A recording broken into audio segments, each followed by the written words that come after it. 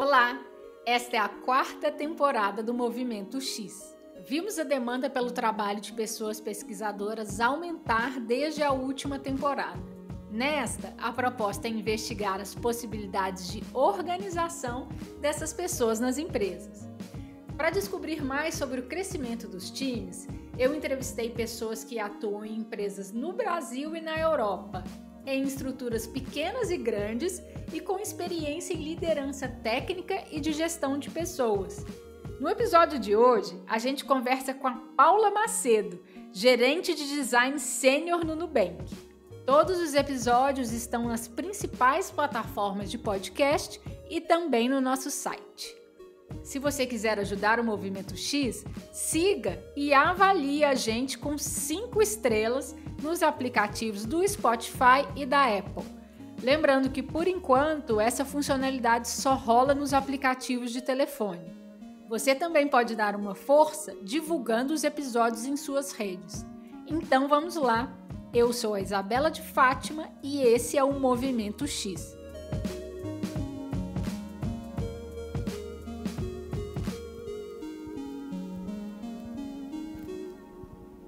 Paula, seja muito bem-vinda ao Movimento X. Estou muito feliz de você estar aqui, porque tem muito tempo que eu quero te entrevistar. Pô, eu também estou muito feliz, finalmente. Finalmente. Vamos começar com você se apresentando brevemente. Me conta onde que você trabalha e o seu papel hoje. Certo, então, hoje, né, ou a minha vida. Olha, eu sou uma pessoa que vem da área de biblioteconomia e ciência da informação. Eu tive uma carreira por muito tempo como UX mais generalista. Em determinado momento eu me apaixonei por pesquisa, porque eu entendi que era a melhor forma de a gente aprender, que era muito pretensioso a gente acreditar que a gente poderia ter as ideias a partir só do nosso repertório. Então eu entendi que pesquisa era fundamental no processo de design. E aí o Nubank foi o primeiro lugar onde eu vim como uma pessoa para criar o time de pesquisa do usuário, né, que a gente chama de UX Research. E passei um tempo aqui como Head de UX Research. E hoje eu estou voltando um pouco com um escopo mais abrangente, liderando research, né, pesquisa, mas também outras disciplinas de design, como estratégia de conteúdo, design de produto. Esse é o hoje.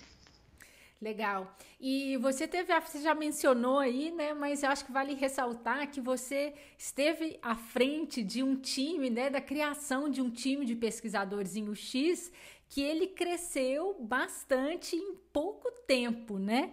Sim. Como é que foi essa experiência? Sim. Olha, eu cheguei no Nubank em novembro de 2019. Que foi um momento do que a gente chama de grande crescimento, vamos dizer assim, né? Em inglês a gente fala hypergrowth, na linguagem de startup. Então, para você ter uma ideia, o capítulo de design como um todo, que incluía o time de pesquisa, ele não tinha nem 50 pessoas, eu acho. Entre 30 e 50 pessoas, né? Pesquisadores. Éramos, com a minha presença, 7 no Brasil e no México. E em um ano e pouco, assim, isso cresceu exponencialmente. Hoje, né, o capítulo tem mais de 300 pessoas, né? O de design? O time de design e o time de pesquisadores em UX, acho que é quase 65 pessoas. Então, foi um crescimento muito acelerado. No primeiro ano que eu fui head de pesquisa, né, líder de pesquisa, a gente foi de 7 pessoas a 30 pessoas em um ano.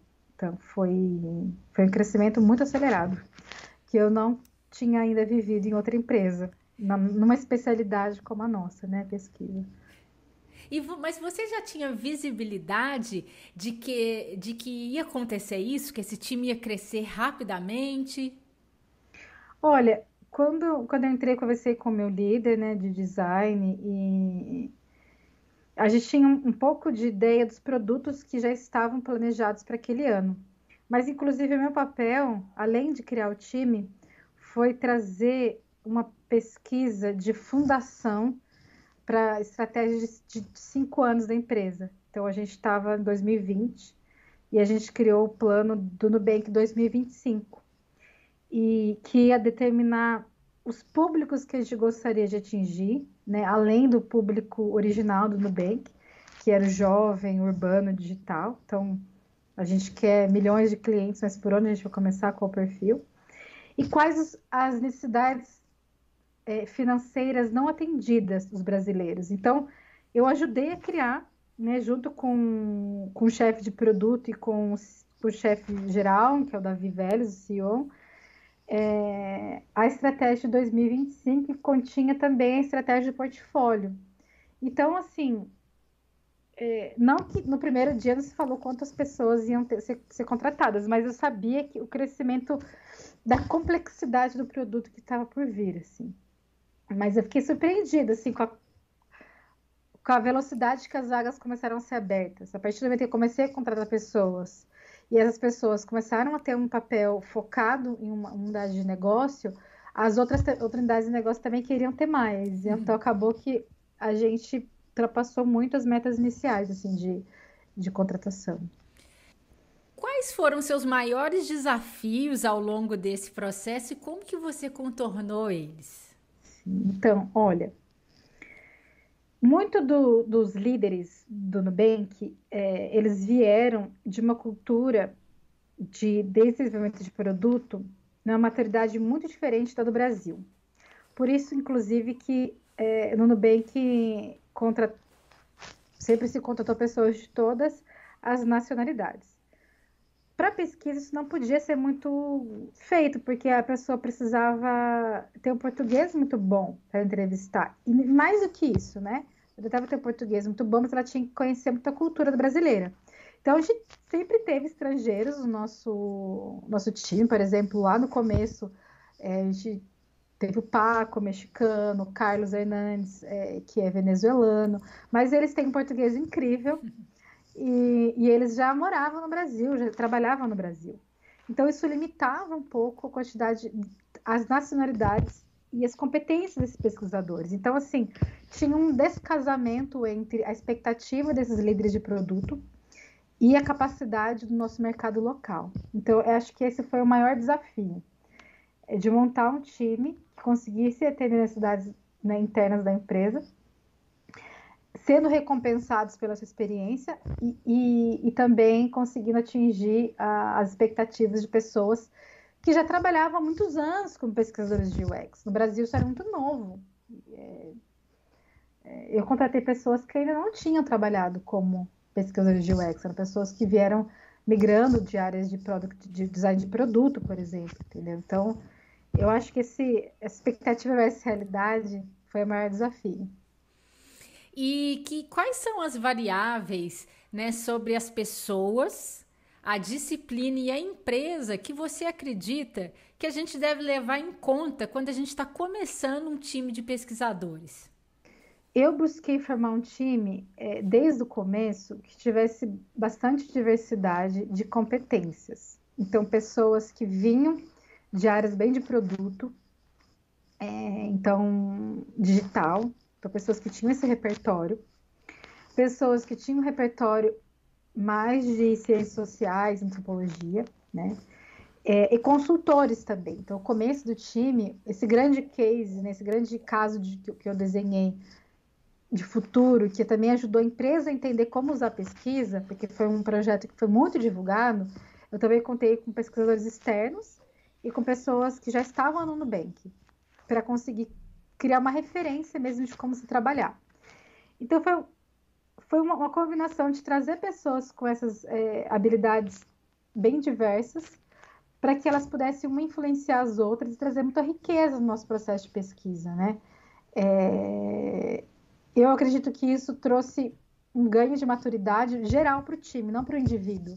Então, a gente, como time, quando a gente se reunia, a gente aprendia muito, e eu acho que isso é uma característica da cultura do time de pesquisa no Nubank, que se mantém até hoje. É um time que se ajuda muito. Então, a gente tem momentos que a pessoa que é muito boa naquela metodologia, ela dá curso, não só para pesquisadores, mas para outros também aqui internamente. Tem um ritual que chama Sharing is Caring, que é compartilhar é cuidar, que eu sou apaixonada por esse ritual, né?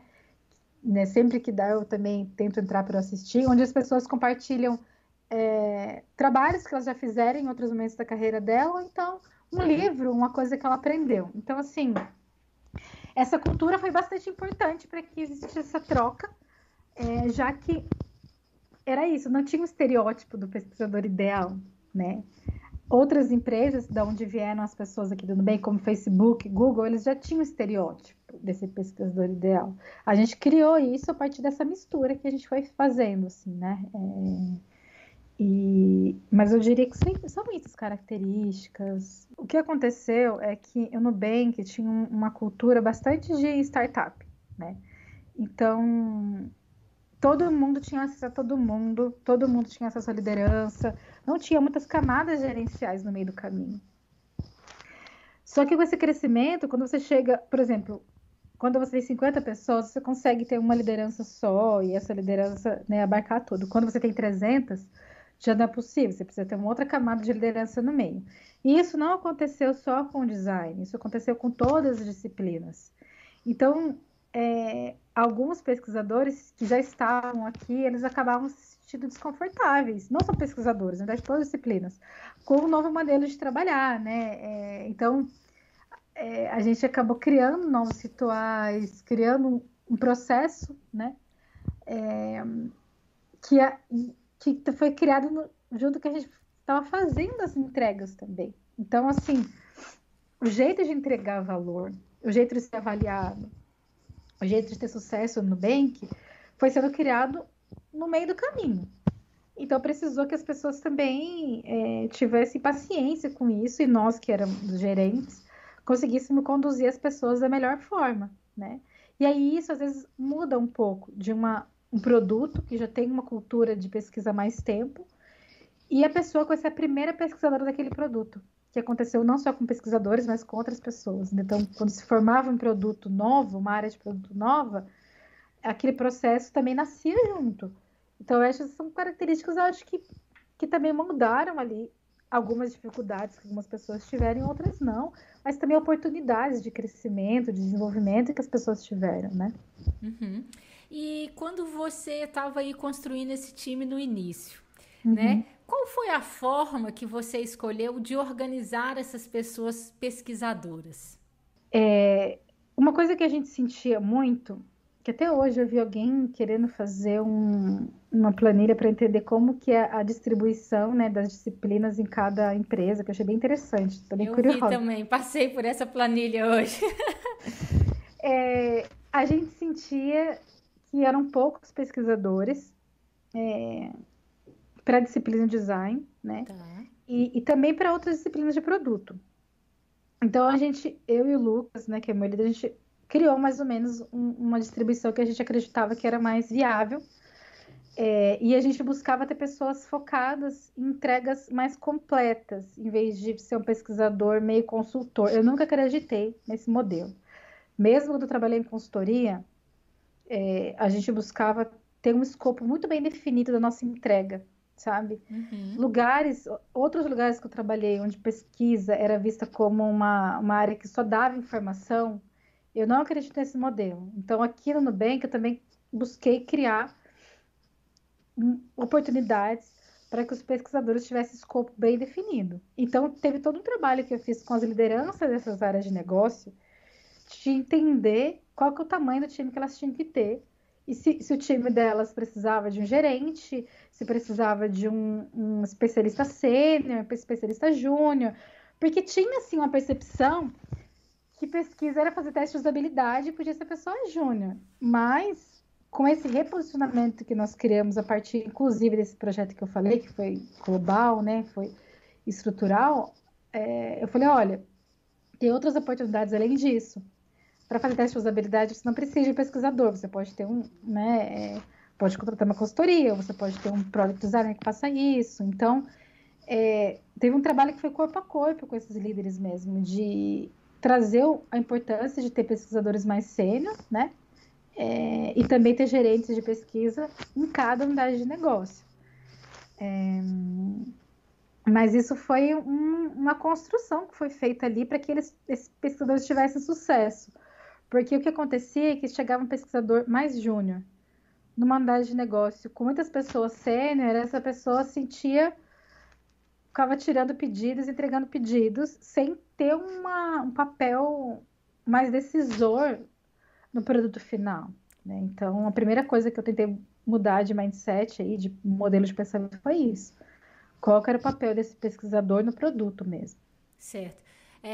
Eu vou tentar tangibilizar aqui um pouco, né, sobre o que a gente está falando de estrutura. Você me corrige se eu estiver entendendo errado. Colocando em caixinhas, é como se, né, tivesse ali o capítulo de design, vocês estavam também no capítulo de design, né, vocês, pessoas pesquisadoras, você, neste momento, como uma head, e você tinha gerentes, né, pessoas liderando as unidades de negócio. Isso. E junto dessas pessoas liderando, havia também outros pesquisadores, né? Isso. As posições, elas pertenciam à unidade de negócio. Elas não pertenciam ao capítulo de design. E aí o que eu fazia, eu trabalhava com esses líderes para que eles fizessem o melhor planejamento das posições deles. Então, eles criavam as posições e eu contratava. O que eu tentei fazer é trazer mais inteligência para a maneira que eles criavam as posições.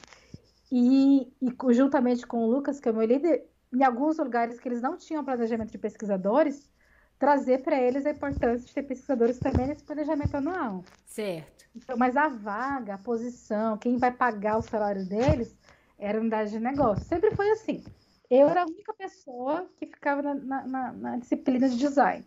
Depois de um tempo, a gente criou o time de Research Ops, de operações em pesquisa, que também era um time cross, né, horizontal. Mas, desde o início, o pesquisador pertencia a uma unidade de negócio específica.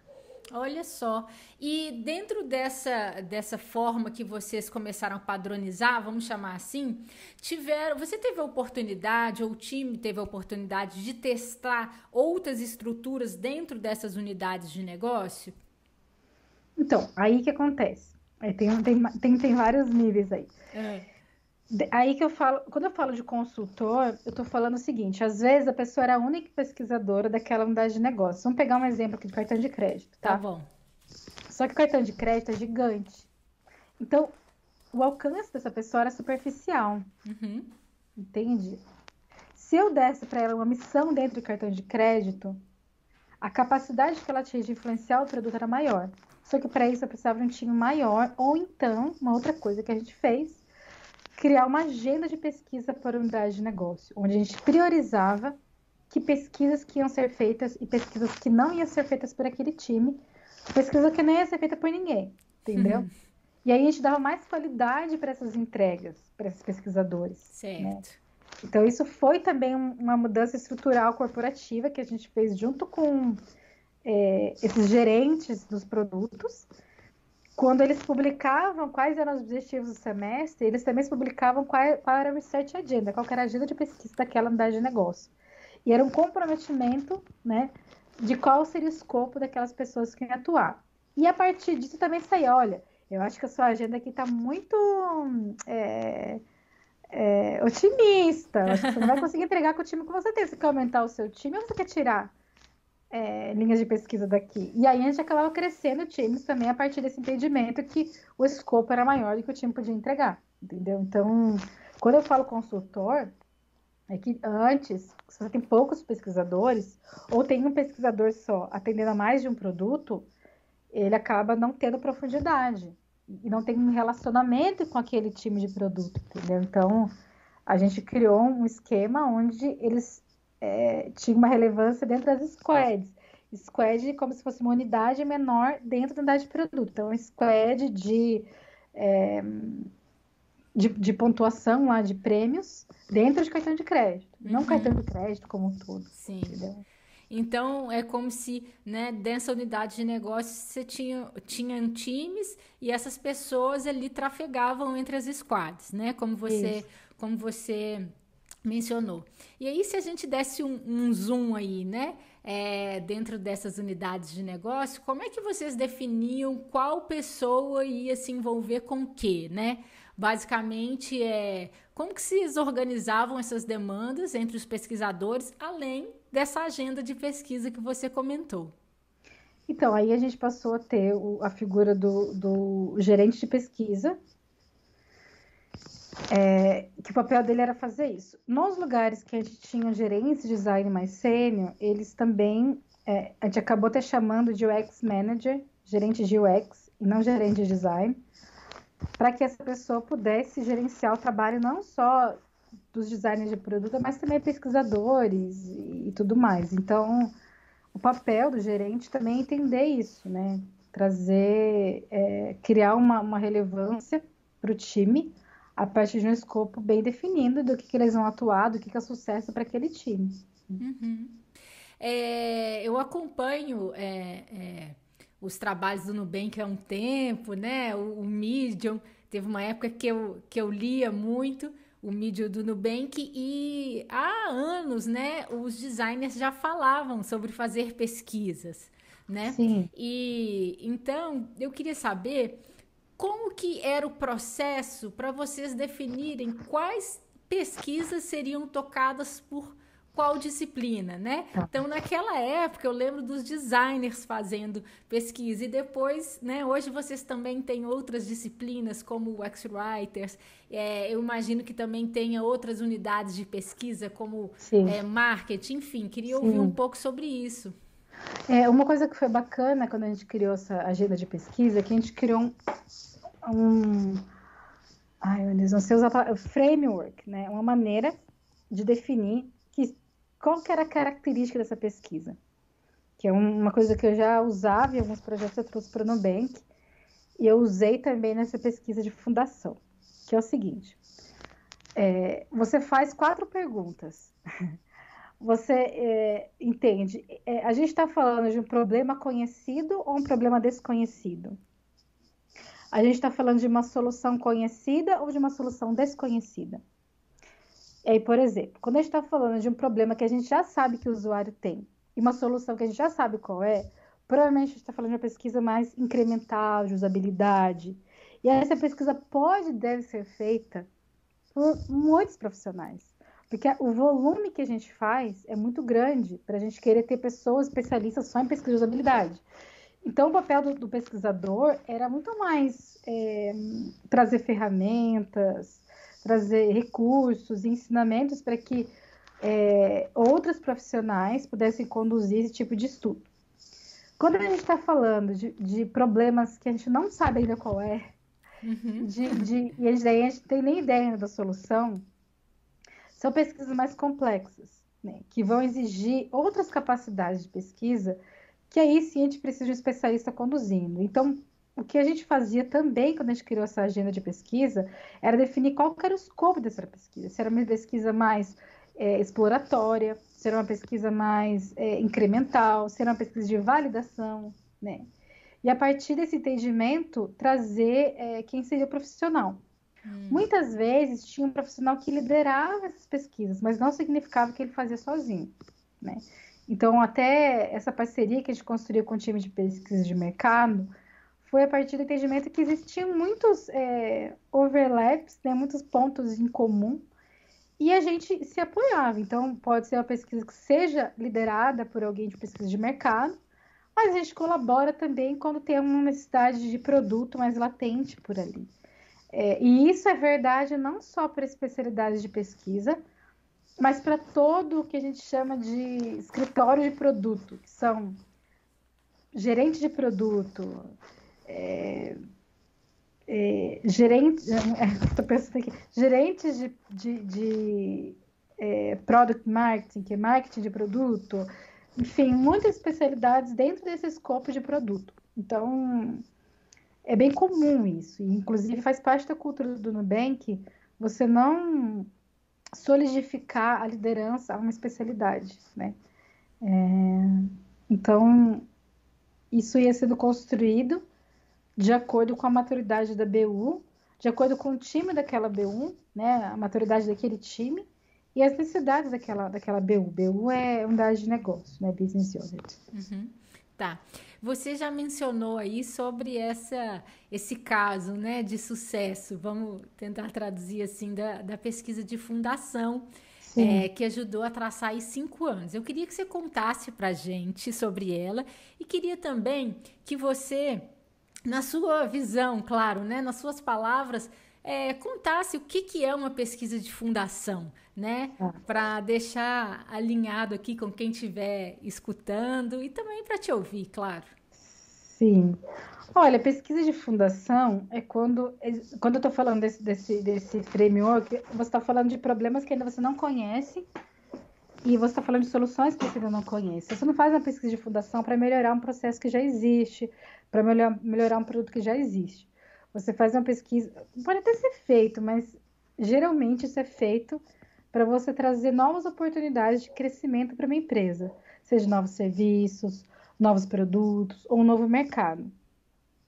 Essa pesquisa ela foi feita para entender quais eram as necessidades financeiras dos brasileiros que não eram bem atendidas.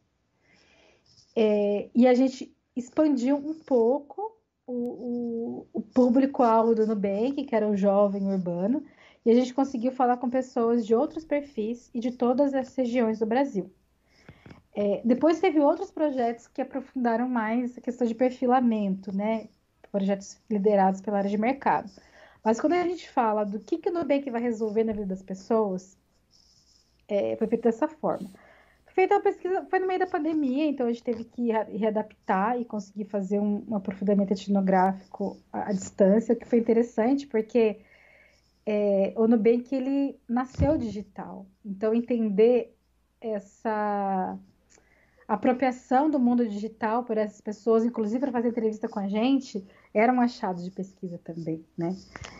Como que era construir essa intimidade nesse ambiente, como as pessoas se expressavam nesse ambiente, quais as dificuldades que elas tinham nesse ambiente, também foi usado para pesquisa, né? Para pesquisa.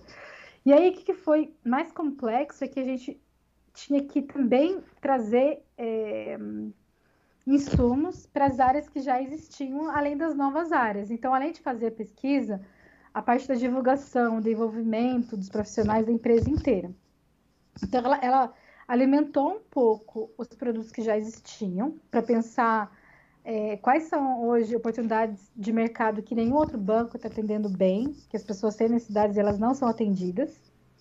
Mas também ajudou o time da estratégia corporativa e o chefe de produto da empresa, que era o Jag, a pensar qual seria a estratégia de portfólio e como que o Nubank ia ter sucesso no Brasil nos próximos 25 anos, nos próximos 5 anos, aliás, até 2025. Então, aquilo ajudou a criar uma visão de produto, mas também de negócio, né? A partir desse entendimento das pessoas. E aí foi isso, a gente mapeou muitas necessidades, tinham mais de 150 necessidades já priorizadas, e a partir das 150 necessidades a gente encontrou 7 grandes áreas, e o core do problema do brasileiro, que é a ansiedade financeira, que se você segue os canais do Nubank, você deve ter percebido que o Nubank começou a falar sobre isso já faz um tempo. Então a gente entendeu que o core do problema é uma ansiedade financeira, né, vivida por uma falta de repertório em relação a diversas funcionalidades do sistema bancário e também ao falar sobre dinheiro, ao que é dinheiro no dia a dia do brasileiro, né? É um assunto muito íntimo, delicado, às vezes inacessível. Então, a gente entendeu esse core e a gente construiu um posicionamento para o Nubank a partir disso e foi cascateando quais seriam as estratégias de negócio para os negócios daquele momento e os negócios futuros. Então, o Jag mesmo fala, tem um podcast que ele fala dessa pesquisa, ele fala que ela definiu uma estratégia de 2 anos no mínimo de produto. Né? Nossa. Então, não é a pesquisa que você faz sempre. Tinha muito pesquisador que morria de vontade de fazer aquele projeto de novo. Mas não é a pesquisa que você faz todo mês. É a pesquisa que tem muito intensa, mas você faz a cada 2 anos. na empresa, né? E, Por e, exemplo. e quanto tempo mais ou menos durou essa pesquisa? Você tem ideia? Ela durou. Então, olha, a pesquisa mesmo, né, planejamento, entrevista, entrega, acho que durou 3 meses. Uhum. A, a parte de estratégia durou uns 6 meses, eu diria, Uou. porque daí teve todo esse cateamento que eu estou dizendo, que não foi só Aham. da pesquisa, mas foi de outras áreas, como, por Uhum. exemplo, qual que seria as oportunidades de mundo do Nubank, de negócio do sistema bancário. Então, a gente juntou isso com outras coisas que estavam sendo feitas para construir a estratégia de portfólio, né? Então, a pesquisa em si foi esse tempo, mas levou um tempo a mais aí para a gente sentir que a gente terminou o projeto, de certa forma. E eu tô aqui me perguntando, né, o desafio que deve ter sido vocês fazendo essa pesquisa num momento em que nós estávamos vivendo, nós e o mundo inteiro, É, diversas mudanças, e vocês ainda explorando ali o território do problema, o território das oportunidades, para os próximos 5 anos, né, que é um uhum, momento de imensa incerteza. sim. Deve ter sido um trabalho fantástico. Muito Foi, bom. foi, foi bom, foi um grande aprendizado. Muito bom ouvir de você contando sobre isso. A gente já falou várias coisas que deram certo. Podemos falar um pouco sobre coisas que deram errado, não só na sua experiência atual, né, na companhia atual, mas da vida mesmo, né? Queria que a gente Sim. falasse um pouco de erros com relação à organização de pessoas pesquisadoras, criação de times. Olha, eu acho que às vezes, eu acho que assim, desalinhamento de expectativas, tá? Às vezes a gente contratava pessoas que eram, não só aqui no Nubank, mas em outros lugares, pessoas que são brilhantes em uma certa vertical, né? Mas elas não estavam alinhadas com o propósito da empresa. Elas não, sabe, acaba que o Nubank é um lugar que eu nunca me vi trabalhando num banco. Mas quando eu conheci o propósito do Nubank, eu sinto diferente. Eu não me sinto trabalhando num banco, sinceramente, sabe? Porque o Nubank, ele tem essa questão cultural do valor muito forte. Mas continua sendo uma fintech, vai, uma tecnologia. Então, assim, às vezes pesquisadores são muito sonhadores sobre o seu papel na sociedade, entendeu? Eu vim de ciências sociais aplicadas. Então, toda a minha formação ela é voltada para entender como melhorar a sociedade. E às vezes a pessoa ela tem isso é tão grande dentro dela que ela tem uma dificuldade de entender o que ela pode entregar de valor hoje. E entender que às vezes aquilo que ela almeja vai vir com o tempo, né? Então, acho que foi muito frustrante, às vezes, tanto para as pessoas muito boas que entraram no Nubank e não conseguiram mudar a sociedade, entendeu? Como tem para o Nubank, às vezes contratar aquela pessoa e ter uma grande expectativa e aquela pessoa não conseguir produzir valor para o negócio. Eu acho que trabalhar num ambiente corporativo exige que você tenha consciência que você está dentro do ambiente corporativo, sabe? Não significa que você tenha que ser, como é que eu posso dizer? Você continua sendo o porta-voz do usuário, do consumidor, do cliente, da pessoa. Não significa que você tem que ser o porta-voz do negócio, mas significa você entender que por meio do negócio você transforma a vida das pessoas, entendeu? Então, assim, é a grande dificuldade de designers e pesquisadores. Entender que é por meio de e não contra. Porque não dá para você entrar numa empresa de tecnologia financeira e querer derrubar o sistema financeiro. E isso às vezes acontece. Então, acho que isso é a maior dificuldade para os dois lados, entendeu? Às vezes você tem dificuldade de tirar o melhor de uma pessoa por causa do idealismo dela. Então, isso aconteceu algumas vezes comigo. E acabar perdendo uma pessoa muito boa, ou acabar frustrando ela na carreira. Eu diria que acho que essa é a maior dificuldade. Tá. E além desse modelo de organização de pesquisadores que a gente está conversando aqui, né, que pelo que eu entendi, ele nasceu de uma forma desde o início, que foi ali nas unidades de negócio e foi escalando. né? Sim. Você conhece, já ouviu falar ou viveu outras formas de organização de pesquisadores em empresas, né? E aí não o caso de consultoria, que a gente sabe que o modelo é um pouquinho diferente, e que você acha interessante, que você poderia dividir com a gente? Sim, eu dei uma estudada nisso. Inclusive, a gente entrevistou, eu e Verônica, a gente entrevistou algumas pessoas também, por exemplo, Pinterest, né, Facebook, Google, a gente conversou com algumas pessoas. E tem outras experiências minhas também. Inclusive, eu conversei com pessoas de dentro do Nubank que tinham trabalhado em outras empresas, tipo a Amazon, para entender como que era a organização de pesquisadores. Que legal.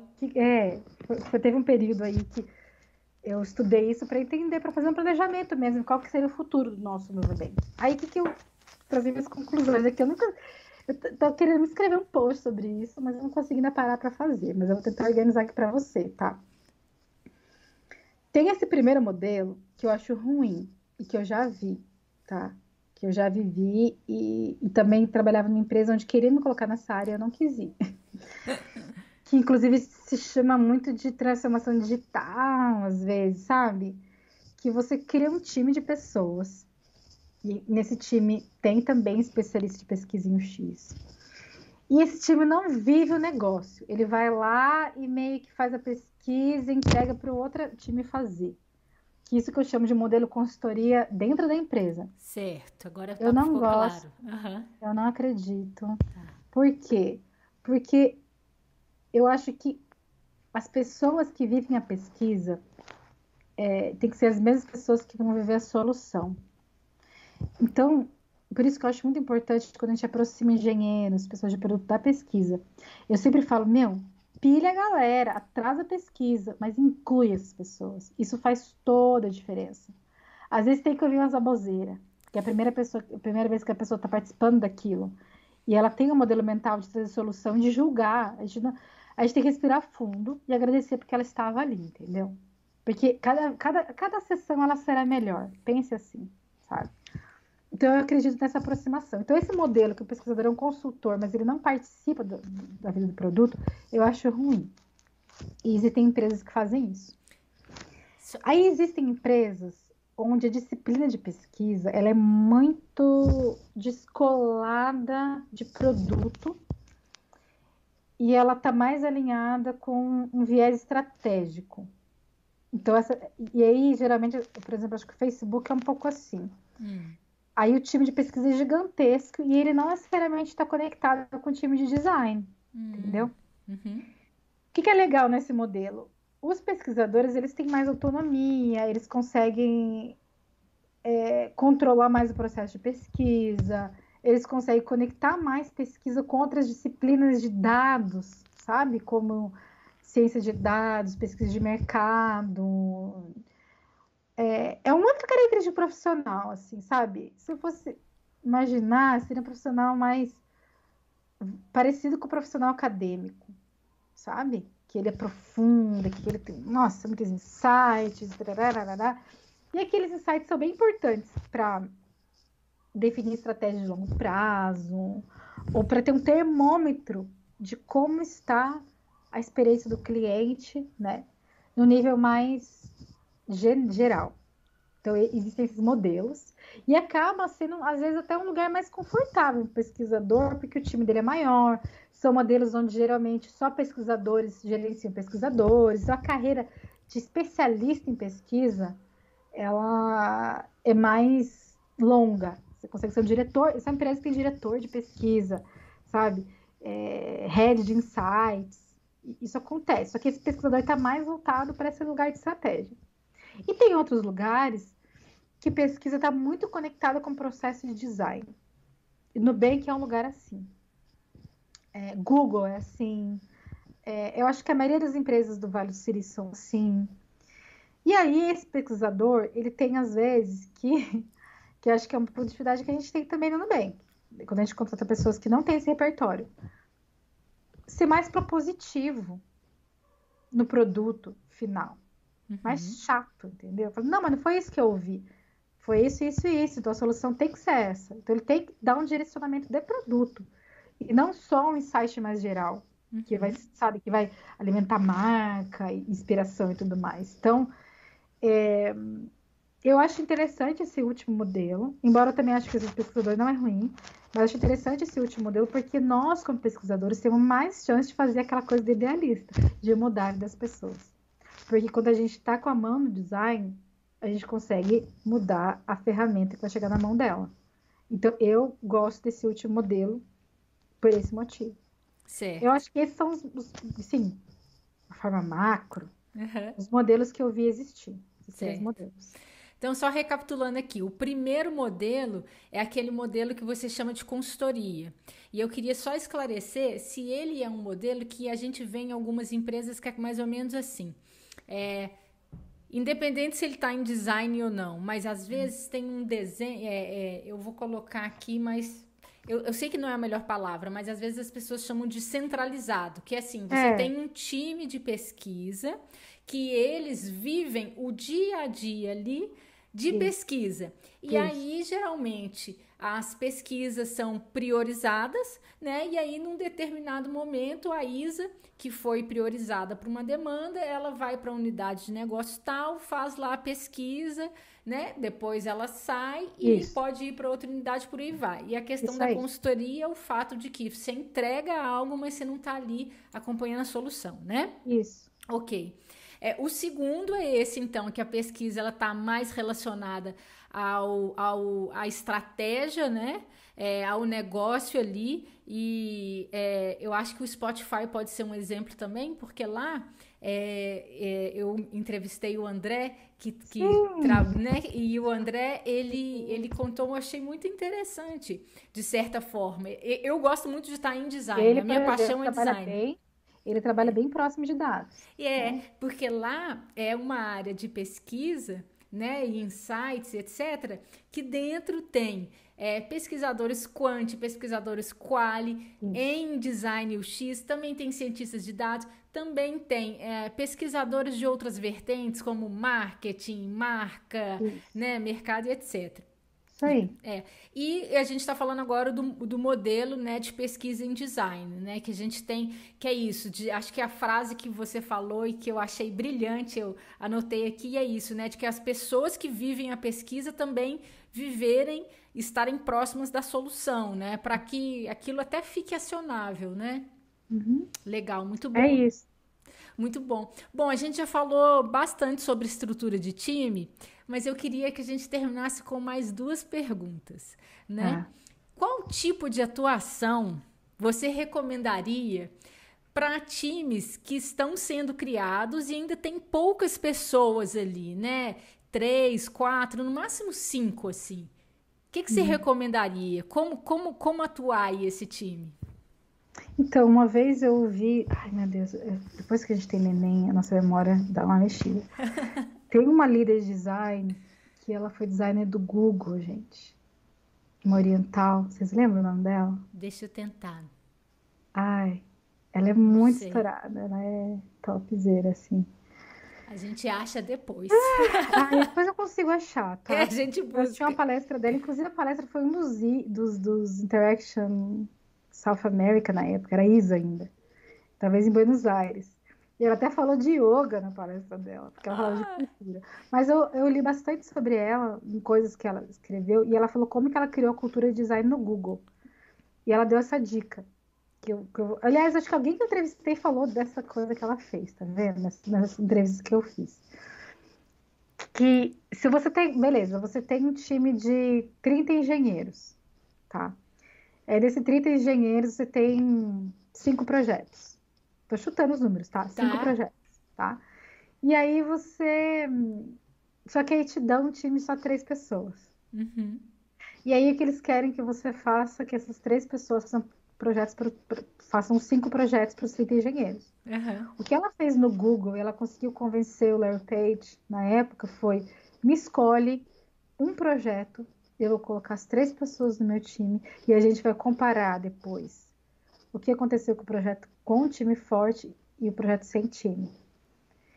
E aí, a partir dessa experiência, ela conseguiu fazer com que eles enxergassem a qualidade final. E aí ela conseguiu crescer o time dela para ter mais equilíbrio. Então, eu sei que nem sempre isso é possível. Mas se tivesse que dar uma dica, tenta buscar essa história aí dela no Aham. Google.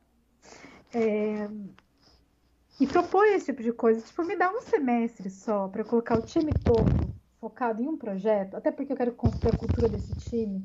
E para isso eu preciso que eles trabalhem juntos. Sabe? Pede isso. Pede um tempo para isso. E aí vocês vão conseguir. Porque às vezes colocar uma pessoa só. Acho que a pior coisa que pode ser é você colocar a pessoa com muitas demandas. Ela vai ficar estressada. Eu já vi muitos pesquisadores cansados, exaustos, odiando, Esse é um sabe, a tema empresa. tão recorrente na nossa disciplina, né? Nossa. Porque quer dar conta de tudo. Então, É. assim, a gente como mulher tem que falar, não dá para dar conta de tudo, sabe? O escopo que eu consigo atender é esse. Então, vamos escolher projetos prioritários para design? E aí conseguir mostrar valor a partir desses projetos de um time mais forte. Não deixar nenhum pesquisador sozinho, sabe? É o que eu recomendaria. Muito legal. E tem algo mais que você acha que seria importante levar em consideração, pensando em empresa, pensando no perfil desses profissionais ou até em nível de maturidade? Olha, eu contei um pouco até na palestra lá em Medellín, na Colômbia, sobre a importância dos relacionamentos, sabe? Não importa o tamanho da empresa. Você tem que ter pares que mesmo que eles não gostem da disciplina, gostem de você, e eles parem para te ouvir, entendeu? Então, identificar quando você chega, não querer ser amigo de todo mundo, mas ter algumas pessoas que você realmente para entender essa pessoa, entender o modelo mental dela, e genuinamente criar essa empatia no sentido de vamos trocar valor, deixa eu te ajudar e você me ajuda, sabe? Essas parcerias foram fundamentais para construir tudo que eu te falei hoje no Nubank, mas em outros lugares também. Então, teve pessoas que foram muito, assim, parceiras, pessoas que eram mais sênior, pessoas que eram líderes, mas pessoas que eram pares, ou pessoas que tinham muita influência na empresa, sabe? E genuinamente houve uma troca. Então, às vezes a gente como designer, pesquisador, a gente se isola muito, a gente quer ser o diferentão, sabe? E eu já vi designers e pesquisadores ótimos, isolados, e não conseguiam também entregar resultado. Então, é ceder um pouco, sabe? Gastar aquele tempo no café que demora mais. Não importa o tamanho da empresa, isso faz a diferença. E mesmo nesse mundo remoto, não é só no mundo antigo, não. É importante construir essas relações. Agora eu prometo que é a última de verdade, tá? Se você pudesse testar qualquer coisa, mesmo aquela coisa que você começa a pensar e você fala, não, gente, eu tô viajando demais, assim, muito nível brainstorm, assim, sabe? Não sei se isso vai parar de pé, mas se você pudesse testar Tá. qualquer coisa aí no seu time, né? Que hoje você também lidera a pesquisa, né? E outras disciplinas, mas enfim, se você pudesse testar qualquer coisa para organizar pessoas pesquisadoras em uma companhia. O que você faria? Para organizar, É, ou para criar um time. o que eu gostaria de fazer, que eu queria ver o que dá, pesquisadores prototipando. Ricardo Perotti, ele falou isso uma vez. Nossa, eu acho que a gente deveria fazer tal coisa. Isso é um absurdo. Isso aí que vão falar que eu sou louco. Eu falei, não, eu concordo com você. Por mim também poderia fazer isso. Que seriam pesquisadores prototiparem. Eu não estou falando de protótipo navegável, de Figma, não. Eu estou falando, depois que a gente, às vezes, pesquisadores são as melhores pessoas para dizer o caminho da solução. Então, sabe, você desenhar, nem que seja à mão, um caminho de solução. Eu gostaria muito de testar isso e ver no que ia dar. Eu ainda acho que talvez tenha oportunidade de alguma forma e quero ver no que vai dar. Mas eu acho que nós, como pesquisadores, a gente tem ficado muito num lugar seguro de não colocar o pé e apontar o dedo. E outras pessoas também fazem inferências e apontam direção sem ter todas as certezas. Então a gente não precisa de todas as certezas, mas a gente tem que apontar mais os caminhos, sabe? Estudo vira cabeção, sabe? Um monte de coisa, e o que aquilo está de fato gerando de forma concreta, sabe? Na vida das pessoas. Ou então, dentro do processo de produto, é tudo muito rápido. Quanto mais concreto e tangível você for, então, eu adoro um relatório de pesquisa que tem no final propostas de fidelidade baixa, solução. Eu testaria isso. Muito legal, muito legal. E eu li um texto esses dias. Eu ando lendo coisas de alguns pesquisadores e pesquisadoras e designers que eu admiro, de 2016, 2017, sabe? Bebendo de fontes. E aí eu li um texto da Erika Hall, que eu sou super fã dela também, que ela fala sobre design baseado em evidências, né? Uhum. E uma reflexão super interessante, que imagina, de 2016, né? E que, de certa forma, a gente poderia fazer uma analogia com o que tem acontecido hoje, que é assim, né? A gente está o tempo inteiro trazendo evidências, esse é muito o papel de pesquisa, né? Só que nessa época ainda, era essa história de ir atrás de evidências para evoluir, né, os produtos e serviços, criar novos produtos e serviços. Então tem aí essa tangibilizar, não sei se existe essa palavra, né, essa tangibilidade, né, esse caráter do quanto que vai ser tangível ou não ali aquela entrega, mas eu acho que tem super a ver, e esse texto é ótimo.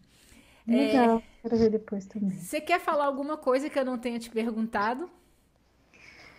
Eu acho que assim, até no processo da gente marcar isso, uma coisa que eu acho que é importante, que as pessoas que estão pensando isso, olha, fluir, navegar e dançar conforme a música. Não adianta a gente querer criar uma organização de pesquisadores completamente alheia ao movimento da empresa, sabe?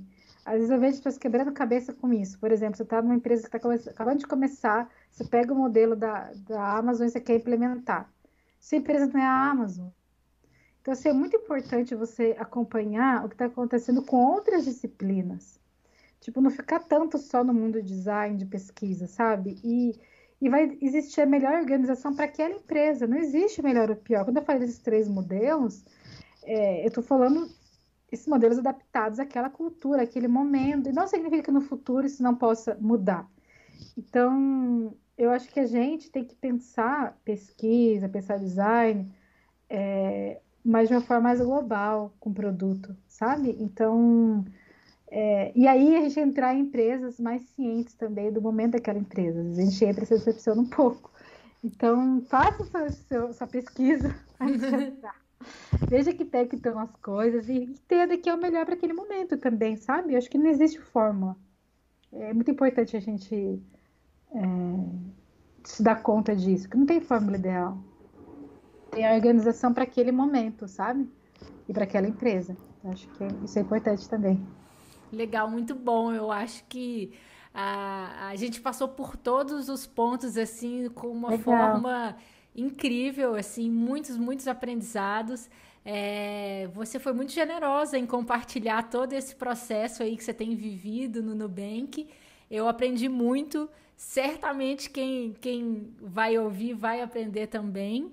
E quero te agradecer demais pelo seu tempo e por ter topado fazer parte aqui do Movimento X, Paula. Poxa, estou muito feliz também.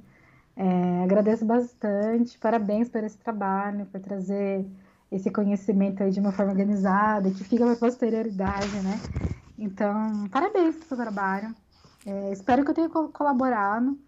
E é isso. Vida longa, Movimento X. Parabéns.